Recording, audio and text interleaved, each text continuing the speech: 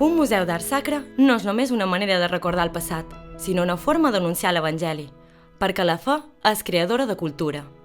Una cultura que treballa sempre al servei del bé de la persona i del bé comú dels pobles.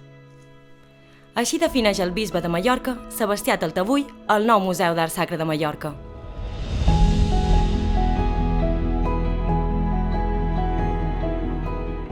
A principis del segle XX, Pere Joan Campins s'interessa en la recuperació del patrimoni de l'Església, adequant diverses dependències del Palau Episcopal per acollir un museu. Aquest museu es nodreix del fons del Museu Arqueològic Lul·lià i del Museu Arqueològic Capitolà. El Museu Arqueològic Diocesà obre les seves portes el 23 de febrer de 1916. No obstant, a partir de la dècada dels 30, la col·laboració entre el bisbat i la Societat Arqueològica Lul·liana es trenca, provocant el desmembrament de la col·lecció.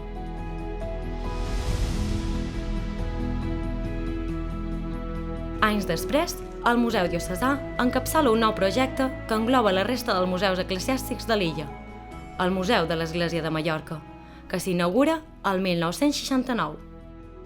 2 anys després, el museu tanca per problemes econòmics i tècnics.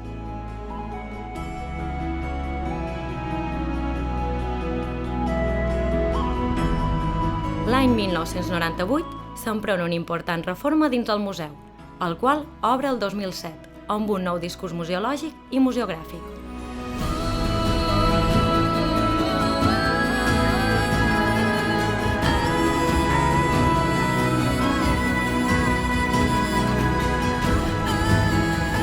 Finalment, a partir de 2013, la gestió del museu passa en mans del capítol de la catedral.